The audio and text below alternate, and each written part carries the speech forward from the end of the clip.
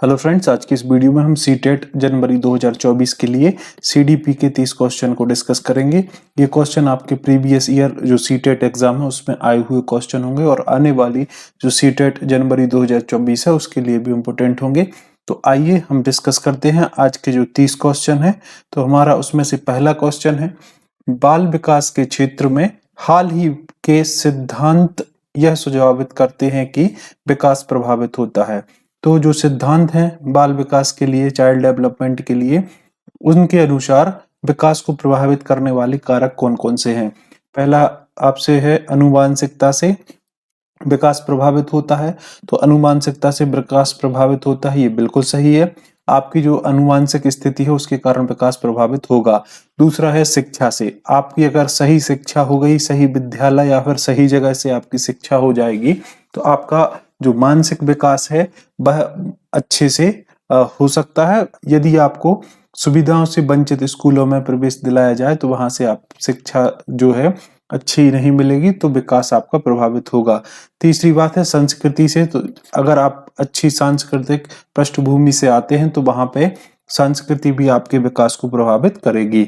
और सामाजिक नीतियों से, तो बिल्कुल विकास सामाजिक नीतियों से भी प्रभावित होती है, क्योंकि हम पढ़ते हैं कि सामाजिक सांस्कृति का सिद्धांत, तो जो सामाजिक संस्कृति का सिद्धांत ये दोनों तो होने ही थे। तो इसका सही आंसर होगा ऑप्शन 4, जिसमें स्टेटमेंट 1, 2, 3, 4 चारों सही हैं, जिसके कारण विकास प्रभावित होता है। तो फ्रेंड्स, आई होप आपको ये समझ में आया होगा। दोस्तों आगे देखते हैं नेक्स्ट क्वेश्चन, बच्चों का विकास किस प्रकार से होता है। विकास में हमने पढ़ा था कि विकास एक जन्म से पूर्व शुरू होकर के मृत्यु पर्यंत चलने वाली प्रक्रिया है और विकास अलग अलग स्टेज पर उसकी गति अलग अलग होती है, उसके आयाम अलग अलग होते हैं। तो विकास किस प्रकार होता है, इन चार विकल्प में से हमें चुनना है। तो पहला विकल्प है व्यवस्थित रूप से होता है परंतु स्वाभाविक रूप से व्यक्तिक होता है। तो व्यवस्थित रूप से तो होता है और स्वाभाविक रूप से व्यक्तिक, मतलब अलग अलग व्यक्तियों में अलग अलग विकास की दर होती है, अलग अलग उसका रेट हो सकती है डेवलपमेंट की। तो यही सही हो सकता है। आगे के क्वेश्चन भी आगे के ऑप्शन को भी देखते जाएंगे, क्योंकि हमें इसमें सही विकल्प को चुनने से ज्यादा अच्छा होता है गलत विकल्प को एलिमिनेट करना, उसको अलग करना, जिससे हम सही उत्तर पर अपने आप पहुंच जाते हैं। क्या होता है सीडीपी में, आपने ऑब्जर्व किया होगा, यदि आप कुछ समय से बने हुए हैं चैनल पर और क्वेश्चन को सॉल्व कर रहे हैं तो एक से ज्यादा उत्तर इसमें सही होते हैं। हो सकता है 2 उत्तर इसमें सही हो, तो उनमें से हमें बेस्ट आंसर को चुनना होता है। इसीलिए आपको सारे विकल्प को एक बार पढ़ना जरूर है। सेकंड विकल्प है अव्यवस्थित रूप से होता है। तो विकास अव्यवस्थित रूप से नहीं होता, विकास व्यवस्थित रूप से होता है। तो ऑप्शन 2 तो गलत हो जाएगा। दोस्तों नेक्स्ट है, पूरे विश्व के सभी बच्चों में एक समान दर से विकास होता है। सभी बच्चे एक जैसे बढ़ते हैं ऐसा नहीं है। कोई कभी किसी उम्र में बढ़ता है, किसी को कोई 2 साल में बोलना सीखता है, कोई 1 साल में चलना सीखता है। इस तरीके से विकास की दर भी सभी बच्चों में अलग अलग होती है, एक समान दर नहीं होती। तो ये गलत हो जाएगा। केवल विद्यालयीकरण के परिणाम से विकास होता है, तो ऐसा नहीं है। विकास जो बच्चे विद्यालय भी नहीं जाएंगे उनका मानसिक और शारीरिक विकास हो सकता है अगर वह अच्छी पृष्ठभूमि में है, अच्छे सामाजिक सांस्कृतिक वातावरण में है। तो इसका सही आंसर होगा ऑप्शन 1, व्यवस्थित रूप से होता है विकास और स्वाभाविक रूप से व्यक्तिक होता है। तो ऑप्शन 1 इस क्वेश्चन का बिल्कुल सही आंसर होगा फ्रेंड्स। नेक्स्ट है, छोटे बच्चों में समाजीकरण का खालिस्तान प्राथमिक कारक संस्था है और खालिस्तान द्वितीयक कारक संस्था है। तो समाजीकरण की या सोशलाइजेशन की जो प्रथम एजेंसी होती है, फर्स्ट एजेंसी होती है या प्राथमिक कारक होता है वह उसका परिवार। जो बच्चा है, जिस बच्चे की बात की जा रही है, उसका जो फैमिली है वह उसका क्या होता है, प्राथमिक एजेंसी। और द्वितीय कारक कुछ भी हो सकता है, चाहे आपका पुस्तकालय, विद्यालय, आपका आस पड़ोस, ये सभी चीजें क्या होती हैं, यह द्वितीयक संस्था होती हैं, द्वितीयक कारक होते हैं। तो ऑप्शन 1 इसका सही आंसर होगा। अभिभावकों का कार्यस्थल, ये गलत हो जाएगा। संचार माध्यम, ये द्वितीयक तृतीयक कारक में पहुंच जाएंगे। और कानून भी इसका सही आंसर नहीं होगा। तो इस तरीके से हम बोल सकते हैं सोशलाइजेशन की जो फर्स्ट एजेंसी होती है वह उसकी फैमिली होती है, और जो लाइब्रेरी होती है उसकी सेकंड एजेंसी होगी बच्चे के सोशलाइजेशन में। नेक्स्ट इसका आंसर होगा फ्रेंड्स। नेक्स्ट क्वेश्चन है आपका, जीन पियाजे के संज्ञानात्मक विकास के सिद्धांत के अनुसार अधिकांश बच्चे किस अवस्था में बीते हुए समय, वर्तमान और भविष्य के बारे में स्पष्ट रूप से समझ बना लेते हैं। तो संवेदीगामक अवस्था में ऑब्जेक्ट परमानेंस का गुण आता है, वस्तु स्थायित्व का गुण आता है। ये चलती है आपकी 0 से 2 वर्ष में। पूर्व संक्रियात्मक अवस्था में यहाँ पे बच्चे कुछ चीजें सीखते तो हैं, लेकिन इसमें एक तरीके से क्या बोलते हैं, गुणवत्ता नहीं होती। तो ये 2 से 7 वर्ष तक की आयु में चलती है। और मूर्त संक्रियात्मक अवस्था ये है 7 से 11 वर्ष। और औपचारिक संक्रियात्मक अवस्था, या फिर इसी को बोला जाता है अमूर्त संक्रियात्मक अवस्था, ये चलती है आपकी 11 से 14 वर्ष। ये जीन पियाजे के अनुसार विकास की, संज्ञानात्मक विकास की 4 स्टेज हैं, 4 चरण होती हैं।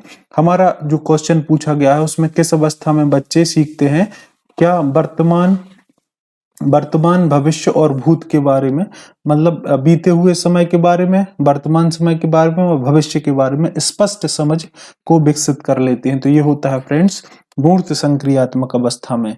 ऑप्शन 3 इस क्वेश्चन का राइट आंसर होगा। नेक्स्ट क्वेश्चन, जीन पियाजे के सिद्धांत की बुनियादी निमित्तियों को किस रूप से जाना जाता है। तो जीन पियाजे ने एक शब्द दिया था स्कीमा, जिसके बारे में हम पिछली वीडियोस में बार बार डिस्कस कर चुके हैं, और आज भी इसको मैं आपको थोड़ा सा बताऊंगा। स्कीमा क्या होता है कि बच्चे अपने दिमाग में, अपने मस्तिष्क में किसी भी वस्तु के प्रति जो भी पिक्चर या इमेज बना लेते हैं, उसको जीन पियाजे ने एक नाम दिया। क्या नाम था वह? स्कीमा। स्कीमा क्या होता है, हमारे दिमाग में कंसेप्ट होता है। जैसे हमने आपके सामने साइकिल का नाम लिया तो साइकिल की इमेज आपके दिमाग में आ गई होगी। आपके सामने पेन का नाम लिया जाए, आपके सामने मोबाइल का नाम लिया जाए, तो सारी इमेज आपके दिमाग में आ जाती हैं। तो इसी शब्द को जीन पियाजे ने नाम दिया था स्कीमा। तो ऑप्शन 2 इस क्वेश्चन का सही आंसर होगा फ्रेंड्स। नेक्स्ट है, लेव वायगोत्स्की के सिद्धांत के अनुसार रिक्त स्थान विकल्प को रिक्त स्थान आकार देते हैं या देती हैं। तो इसका आंसर क्या होना चाहिए? सामाजिक अनुवांशिक कारण, संज्ञानात्मक सांस्कृतिक कारण, भावात्मक और प्राकृतिक कारक, या शारीरिक या संवेग। तो अनुवांशिक अकेले कारक जो है वह ये नहीं होगा। लेव वायगोत्स्की ने संज्ञानात्मक विकास की बात की है जो संस्कृति पर निर्भर करता है, क्योंकि उन्होंने सामाजिक संस्कृति का सिद्धांत दिया था। किसके द्वारा दिया गया था ये फ्रेंड्स? ये दिया गया था लेव वायगोत्स्की के द्वारा। तो इस तरीके से लेव वायगोत्स्की के सिद्धांत के अनुसार जो सामाजिक विकास को जो है संस्कृति आकार देती है।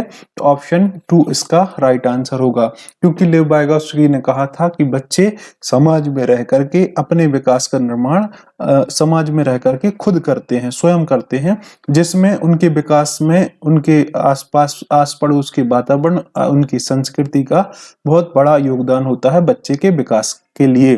तो ऑप्शन 2 इसका राइट आंसर होगा। नेक्स्ट, लेव वायगोत्स्की के संज्ञानात्मक विकास की प्रक्रिया में किसकी भूमिका पर बल दिया है? तो लेव वायगोत्स्की ने अपने जो संज्ञानात्मक विकास है उसमें बल दिया है सबसे ज्यादा भाषा पर। भाषा पर उन्होंने बल दिया है। संज्ञानात्मक द्वंद्व नहीं होगा, सहज क्रियाएं या मूल अवधारणाएं ये भी नहीं होगा, और स्कीमा तो पियाजे के द्वारा दिया गया था। तो ये गलत हो जाएगा। ऑप्शन 1 इसका राइट आंसर होगा। नेक्स्ट है, नैतिक विकास का सिद्धांत लॉरेंस कोहलबर्ग के साथ साथ और किसके द्वारा प्रतिपादित किया गया था? तो नैतिक विकास का जो सिद्धांत है लॉरेंस कोहलबर्ग के साथ में जीन पियाजे के द्वारा प्रस्तावित किया गया था या प्रतिपादित किया गया था। तो BF स्किनर नहीं होंगे, जेरोम बूरर नहीं होंगे, और लेव वायगोत्स्की भी यहाँ पे नहीं होगा। इसका आंसर होगा जीन पियाजे। ऑप्शन 3 इस क्वेश्चन का राइट आंसर हो जाएगा। नेक्स्ट है, एक अध्यापक को अपनी शिक्षण शास्त्रीय प्रविधियों के बारे में किस प्रकृति का होना चाहिए? अगर आप एक शिक्षक हैं और आप अपने बच्चों को पढ़ा रहे हैं, तो अपनी जो शिक्षण विधियां हैं या प्रविधियां हैं उनको किस प्रकृति का, किस नेचर का होना चाहिए? जड़ या दृढ़ होना चाहिए, आप अपनी चीजों पर स्ट्रिक्ट रहें, तो ऐसा नहीं होना चाहिए, इससे बच्चे आपसे कुछ भी पूछने पर कतराएंगे। गैर लचीलापन, तो गैर लचीला भी दृढ़ की श्रेणी में आता है, तो ये भी गलत हो जाएगा। और अनजान भी, ये भी गलत हो जाएगा। जो आपकी शिक्षण विधियां हैं या प्रविधियां हैं वह होना चाहिए सुनम्य या फिर लचीले। बच्चे किस तरीके से सीखेंगे ये आपको एक तरीके से फिक्स करके नहीं चलना। बच्चे जो भी तरीके से सीख पाते हैं वह तरीका आपको अपनाना है। तो यह आपकी जो प्रविधियां हैं उनको कैसे रखना चाहिए, हमें लचीला रखना चाहिए या फिर इसी को बोला जाता है सुनम्य रखना चाहिए। ऑप्शन 3 इस क्वेश्चन का बिल्कुल सही आंसर होगा फ्रेंड्स। नेक्स्ट, बुद्धि लब्धि या फिर आईक्यू परीक्षणों की आलोचना प्रायः क्यों की जाती है? आईक्यू टेस्ट हैं, इंटेलिजेंस जो टेस्ट हैं उनकी परीक्षणों की जो है आलोचना क्यों की जाती है? कौशलों की विस्तृत श्रृंखला को मापने की उनकी क्षमता, तो क्षमता रहेगी तो इससे आलोचना नहीं की जाएगी। प्रत्यक्ष रूप से पाश्चात्य संस्कृति के प्रभाव से ग्रसित है, तो ये हो सकता है क्योंकि बुद्धि लब्धि पाश्चात्य संस्कृति से प्रभावित है या प्रभाव से ग्रसित है। बुद्धि का सामाजिक प्रभाव का अवबोधन, तो ये भी गलत हो जाएगा। संज्ञान पर भावनाओं के प्रभाव का अतिशय प्राक्कलन, तो ये भी गलत। तो ऑप्शन 2 इसका राइट आंसर होगा, बाकी 3 ऑप्शन गलत होंगे क्योंकि जो बुद्धि लब्धि है वह प्रत्यक्ष रूप से पाश्चात्य वेस्टर्न जो कल्चर है उससे क्या होती है, प्रभावित होती है। तो यह इसका आंसर ऑप्शन 2 हो जाएगा। नेक्स्ट क्वेश्चन, अभी आपके सामने अभिकथन और तर्क के बारे में क्वेश्चन दिया है। इनको अगर आप इनके कॉन्सेप्ट जानते हैं, इनके कॉन्सेप्ट आपको आते हैं, तभी इन क्वेश्चन को सॉल्व कर पाएंगे। 2 से 3 क्वेश्चन इससे पूछे जाते हैं। क्वेश्चन है, जब कोई विद्यार्थी किसी दिए गए प्रश्न का हल ढूंढने की प्रक्रिया से जूझ रहा है तो अध्यापक को उसे अपने विचार मौखिक तौर पर अभिव्यक्त करने के लिए प्रोत्साहित करना चाहिए। तो बिल्कुल सही है, मौखिक तौर पर अभिव्यक्त करने के लिए हमें प्रोत्साहित करना चाहिए, तो अभिकथन सही है। अधिगम तब अधिक प्रभावशाली होगा जब अध्यापक विद्यार्थियों से सफलता की कम से कम अपेक्षा रखेंगे, तो ऐसा नहीं है, कम से कम अपेक्षा रखेंगे तो विद्यार्थी सीख कैसे पाएगा? तो ये जो तर्क है गलत है। अभिकथन सही है लेकिन आर गलत है। ऑप्शन 3 इस क्वेश्चन का राइट आंसर होगा। ऐसे क्वेश्चन आपसे 2 से 3 पूछे ही जाते हैं। नेक्स्ट है, जेंडर खालिस्तान निर्मिति है जबकि लिंग खालिस्तान निर्मिति है।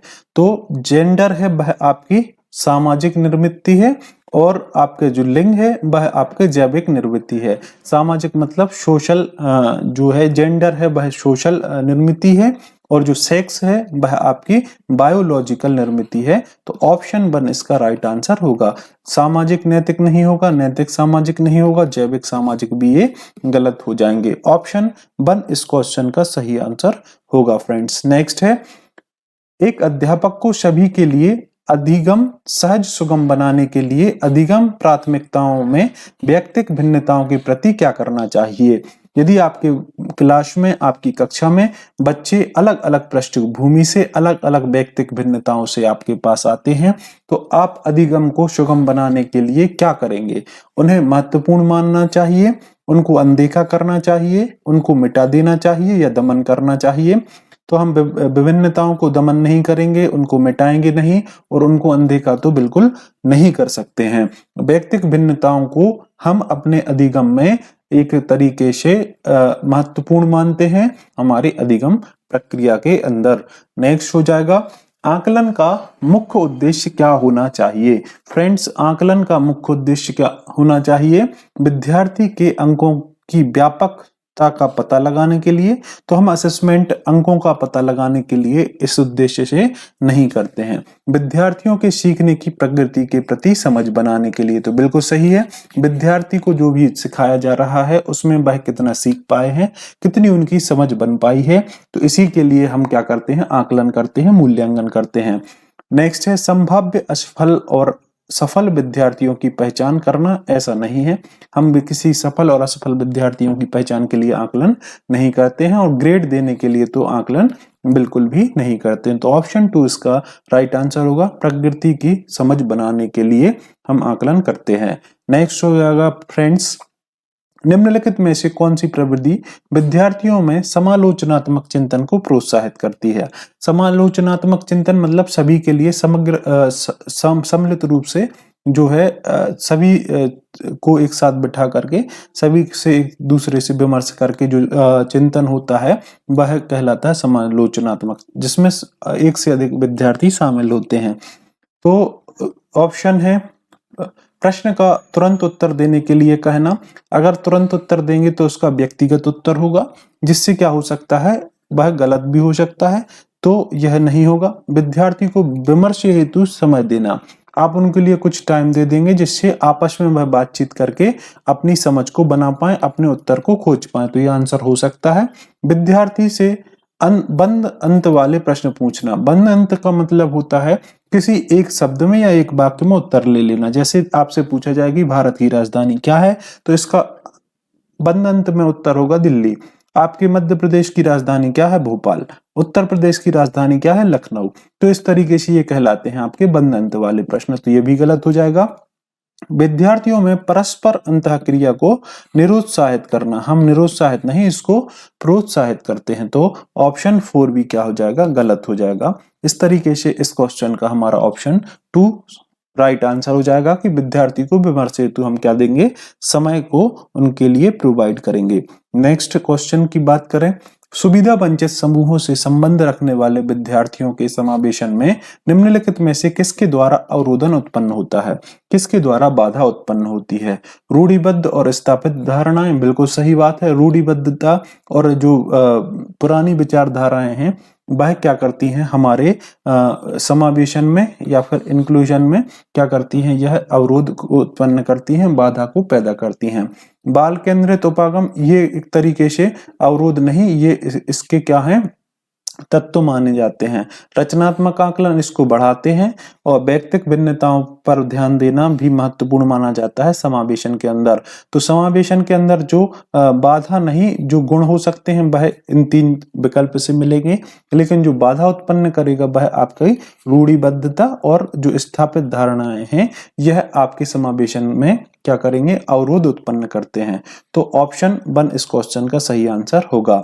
अब पूछा जाता है कोई भी विकार आपके शरीर में है, डिस्ग्राफिया से पूछा गया है क्वेश्चन, या फिर डिसलेक्सिया से पूछा जाता है, डिसकैलकुलिया से पूछा जाता है, तो ये आपके लिए मैंने बार बार बताया है। आपसे यहाँ पे पूछा है डिस्ग्राफिया प्रत्यक्ष रूप से किस कौशल में चुनौती का कारण बनता है या बना देती है? तो डिस्ग्राफिया कहलाता है फ्रेंड्स लिखने संबंधी विकार। आपका जो लेखन संबंधी विकार है वह कहलाता है आपका डिस्ग्राफिया। डिस्ग्राफिया कहलाता है आपका लिखने संबंधी विकार। और एक होता है डिसकैलकुलिया, जिसमें आपकी गणित की अवधारणाएं या गणित समझने में कठिनाई होती है, उसको बोला जाता है डिसकैलकुलिया। तो इसका आंसर होगा स्केच बनाना। स्केच बनाना आपकी लिखने के अंतर्गत आता है। तो डिस्ग्राफिया से किसको चुनौती मिलेगी? आपको स्केच बनाने में। ऑप्शन 1 इस क्वेश्चन का राइट आंसर होगा। वाचन नहीं होगा, देखना नहीं होगा और सुनना भी इसका सही आंसर नहीं होगा। नेक्स्ट क्वेश्चन फ्रेंड्स, दृष्टिबाधित विद्यार्थियों को सहजता के साथ शामिल करने के लिए अध्यापक को क्या करना चाहिए? ऐसे विद्यार्थी जो दृष्टिबाधित हैं या फिर जो दृष्टिहीन हैं, जिनको कम दिखाई देता है, उनके आपको सहजता से शामिल करने के लिए, आपकी समावेशी कक्षा में शामिल करने के लिए हमें क्या करना चाहिए? जितनी अधिक संभव हो सके अधिक से अधिक सूचनाएं श्याम पट पर लिखनी चाहिए। तो ये बिल्कुल गलत हो जाएगा। क्यों? क्योंकि उसको कम दिखाई देता है, तो वह देखने में आप जितना बड़ा लिखेंगे या जितना अधिक लिखेंगे तो उसको परेशानी होगी। आप इसके लिए अध्यापक को करना चाहिए जो श्रवण सामग्री है, बोलने वाली सामग्री, उसका उपयोग कर सकते हैं। आप छूने वाली सामग्री का उपयोग कर सकते हैं। तो इसका क्या हो जाएगा? ये ऑप्शन 1 गलत होगा। ऑप्शन 2 है कक्षा में समर्थक उपकरणों का प्रयोग बाधित करना चाहिए। यहाँ पे प्रयोग करना चाहिए, बाधित गलत हो जाएगा, तो ये आपका ऑप्शन भी गलत हो जाएगा। लिखित सूचनाओं को मौखिक रूप से संप्रेषित करना चाहिए। बिल्कुल ये सही हो जाएगा।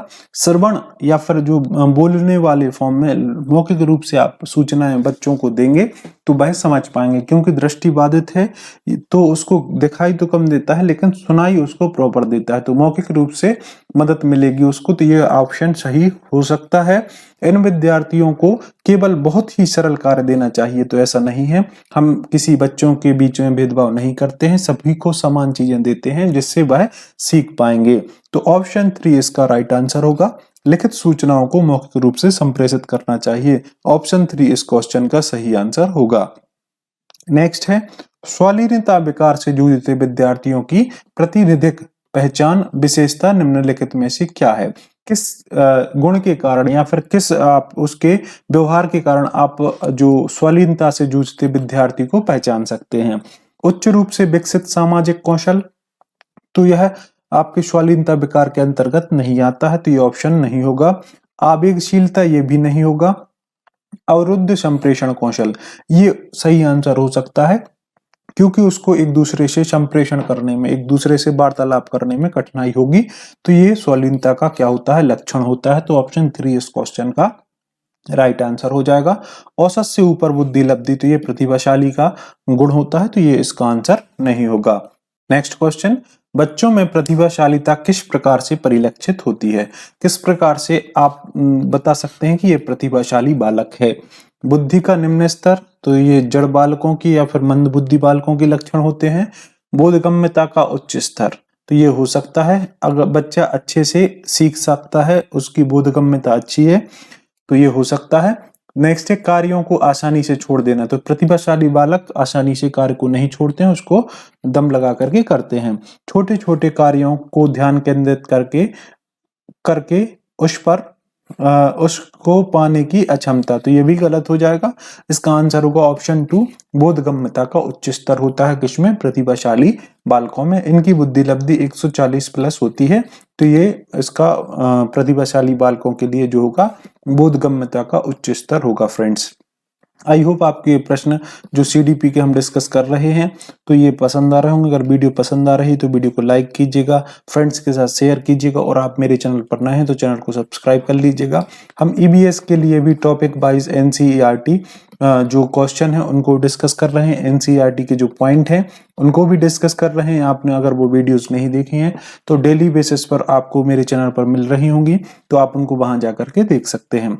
नेक्स्ट क्वेश्चन, अभिकथन और तर्क का एक फिर से क्वेश्चन आपके पास आ गया, जिसमें लिखा है विद्यार्थी को नवीन ज्ञान के सृजन की ओर लक्षित पाठ्यचर्या पर बल देना चाहिए। आपने जो पाठ्यचर्या को डिसाइड कर लिया है, लक्षित जो पाठ्यचर्या है उस पर बल देना चाहिए और साथ ही साथ नवीन ज्ञान के सृजन की ओर बढ़ना चाहिए। तो इसका जो है अभिकथन बिल्कुल सही है।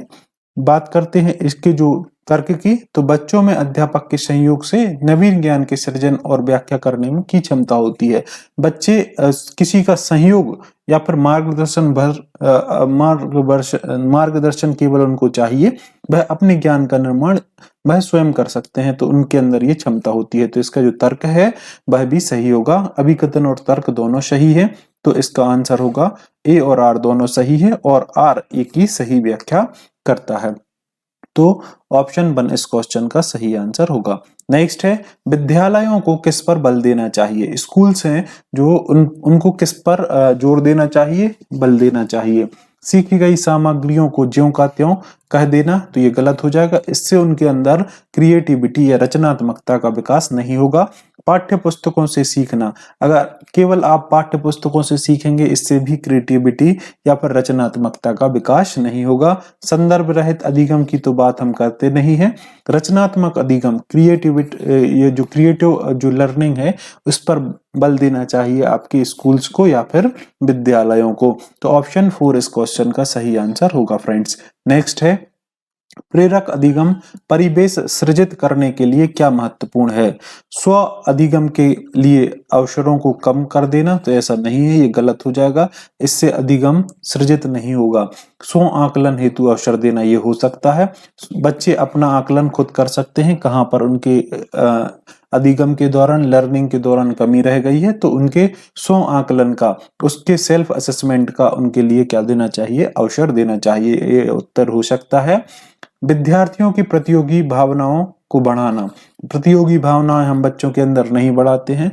इससे क्या होगा, बच्चे एक दूसरे से कंपटीशन करेंगे तो उनके अंदर एक दूसरे के प्रति घृणा की भावना भी आ सकती है। मानकीकृत पाठ्यचर्या का अनुसरण करना, तो ये भी नहीं होगा। स्टैंडर्डाइज्ड हम पाठ्यचर्या की बात नहीं करते हैं। तो ऑप्शन 2 इस क्वेश्चन का राइट आंसर होगा, स्व आकलन पर जोर देना। नेक्स्ट, फिर से अभिकथन और तर्क का क्वेश्चन मैं एक बार पुनः बताना चाहता हूं कि 3 से 4 क्वेश्चन आपको मिलते ही मिलते हैं, तो इनको आप ध्यान से पढ़िएगा और अपना उत्तर लगाइएगा। अध्यापक को चाहिए कि वह विद्यार्थियों को योग्यता का सतत्व संबंधी परिप्रेक्ष्य विकसित करने के लिए प्रोत्साहित करें, तो ये गलत हो जाएगा।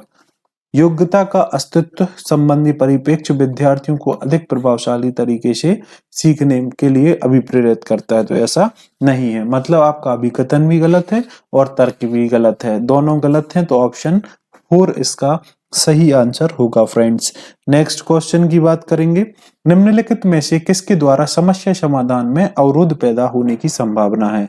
कार्यात्मक स्थिरता, संज्ञानात्मक सुनम्यता या लचीलापन, अभिसारी चिंतन और विमर्शात्मक लेखन।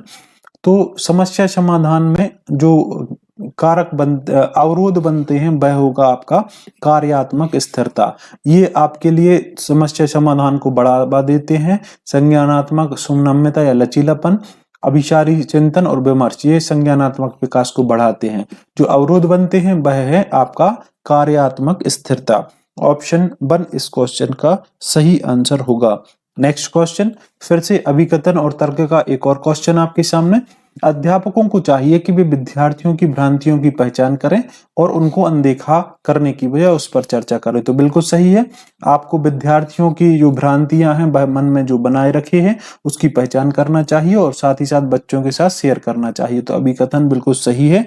ये भ्रांतियां वैकल्पिक अवधारणाओं के रूप में है जो अक्सर विद्यार्थी अपने परिवेश के साथ अंतःक्रिया करके आधार बना लेते हैं और ये अधिगम की प्रक्रिया में अर्थपूर्ण है, तो ये भी सही है। तर्क भी इसका बिल्कुल सही है, तो इसका आंसर होगा ए और आर दोनों सही है। आर ए की सही व्याख्या करता है, ऑप्शन 1 इसका बिल्कुल सही आंसर हो जाएगा फ्रेंड्स। नेक्स्ट क्वेश्चन की बात करेंगे, 27वां क्वेश्चन है। भावनाएं, फीलिंग्स के बारे में आपको यहाँ पे सही कथन को चुनना है। भावनाएं अधिगम को महत्वपूर्ण रूप से प्रभावित करती हैं परंतु स्मृति पर इनका कोई प्रभाव नहीं पड़ता है, तो ऐसा नहीं है। भावनाएं अधिगम के लिए महत्वपूर्ण तो हैं ही, इसको प्रभावित करते हैं, लेकिन स्मृतियों पर भी प्रभाव पड़ता है भावनाओं का, तो ऑप्शन 1 गलत होगा। अधिगम पर किसी प्रकार का प्रभाव नहीं डालती हैं, तो ये यही गलत हो जाएगा। अधिगम को महत्वपूर्ण रूप से प्रभावित करती हैं और साथ ही साथ स्मृतियों को भी प्रभावित करती हैं, ऑप्शन 3 इसका राइट आंसर होगा। ना तो अधिगम को प्रभावित करती है ना ही स्मृतियों को, तो ये भी गलत होगा। इस क्वेश्चन का राइट आंसर होगा ऑप्शन 3। नेक्स्ट, विद्यार्थी सीखने के प्रति अभिप्रेरित होते हैं यदि कार्य अप्रासंगिक हो, तो आप अप्रासंगिक कारक को गलत मानेंगे। बिना चुनौती वाला हो तो ये भी गलत होगा। उनके जीवन से संबंधित हो, तो जीवन से संबंधित कार्य जो भी होंगे विद्यार्थी उसके सीखने के प्रति अभिप्रेरित होंगे। बहुत ही अमूर्त हो, तो ऐसा नहीं है, यह बहुत कठिन हो जाएगा बच्चों के लिए, तो ऑप्शन 3 इस क्वेश्चन का सही आंसर होगा। उनके जीवन से संबंधित जो भी चीजें होंगी उनके सीखने के प्रति वह कैसे होंगे, अभिप्रेरित होंगे। नेक्स्ट, विद्यार्थियों के अधिगम को सहज सुगम बनाने के लिए अध्यापक को क्या करना चाहिए? विद्यार्थियों के पूर्व ज्ञान की अनदेखी करना चाहिए? तो नहीं, पूर्व ज्ञान महत्वपूर्ण होता है आपको जानने के लिए कि विद्यार्थी को जो भी टॉपिक आप पढ़ा रहे हैं उसके बारे में क्या पता है पहले से, तो ये गलत हो जाएगा। वाक्य विन्यास और संरचना स्पष्ट नहीं होनी चाहिए, तो बच्चे समझ ही नहीं पाएंगे अगर आपकी वाक्य विन्यास और संरचना स्पष्ट नहीं होगी। तो अधिगम के अति सामान्यीकरण और निस्तारण को कम करना चाहिए, तो क्या हो सकता है, ये भी गलत हो जाएगा। विषय के संबंधित शब्द जाल के प्रयोग से बचना चाहिए। तो इसका सही आंसर होना चाहिए फ्रेंड्स, विषयों से संबंधित शब्द जाल के प्रयोग से बचना चाहिए। आप अगर अधिक शब्द जाल बच्चों को बताएंगे तो वहां पे वह सीख नहीं पाएंगे। अगर आप उनको सुगमता से सिखाना चाहते हैं तो उनकी जो आसपास की भाषा है, उनकी मातृभाषा या फिर उनकी जो क्षेत्रीय भाषा उसमें समझाएंगे तो वह अधिक तरीके से, अच्छे तरीके से, सहज तरीके से सीख पाएंगे। तो ऑप्शन 4 इस क्वेश्चन का सही आंसर होगा। नेक्स्ट है, निम्नलिखित में से किसके द्वारा अधिगम में बाधा उत्पन्न होती है? हिंड्रेंस क्या होती है अधिगम के अंदर? पहले पढ़ाए गए विषयों से ज्ञान को संबद्ध करना, तो ये बाधा नहीं है, ये एक तरीके से इसके लिए स्रोत का काम करती है। विद्यालयी संस्कृति से विमुखता का भाव, संस्कृति के द्वारा मतलब जो संस्कृति है वह उससे विमुखता होगी, आसपास का जो वातावरण है उसको नहीं देखा जाएगा और विद्यालय में उसकी अपेक्षा की जाएगी, तो वह बाधा उत्पन्न करेगा अधिगम के अंदर। तो ये गलत होगा, मतलब यही हमारे क्वेश्चन का आंसर हो सकता है। बहुसंवेदी उपगम का क्रियान्वयन, तो इससे अधिगम अच्छे तरीके से होगा, प्रभावी तरीके से होगा, तो ये इसका आंसर नहीं होगा। रचनावाद पर आधारित शिक्षण शास्त्रीय प्रविधियां, तो ये भी बाधा नहीं है। जो बाधा उत्पन्न करेगा संस्कृति से विमुखता का भाव, ये आपके अधिगम के अंदर बाधा को उत्पन्न करेगा। तो ऑप्शन 2 इसका राइट आंसर होगा। फ्रेंड्स, आई होप सीडीपी के जो हमने 30 क्वेश्चन को डिस्कस किए हैं आपको पसंद आए होंगे। अगर वीडियो पसंद आती है तो वीडियो को लाइक कीजिएगा, चैनल को सब्सक्राइब कीजिएगा एवं अपने दोस्तों के साथ शेयर कीजिएगा। आगामी जो भी वीडियो अपलोड होगी उसका नोटिफिकेशन आपके पास पहुंच जाए, इसीलिए बेल आइकन को प्रेस करके जरूर रखिएगा। साथ ही साथ मैं बताना चाहता हूं कि ईबीएस की क्लास और हिंदी, मैथ्स सारी क्लास आपको मेरे चैनल पर मिल रही है, तो आप उनको देखिएगा, उनका लाभ जरूर उठाइएगा, क्योंकि ये सभी क्लासें आपके जब तक एग्जाम होगा तब तक चलेंगी। तो फ्रेंड्स, आपसे जल्दी मिलते हैं इसी तरीके की नेक्स्ट वीडियो में। तब तक के लिए आप सभी का बहुत बहुत धन्यवाद।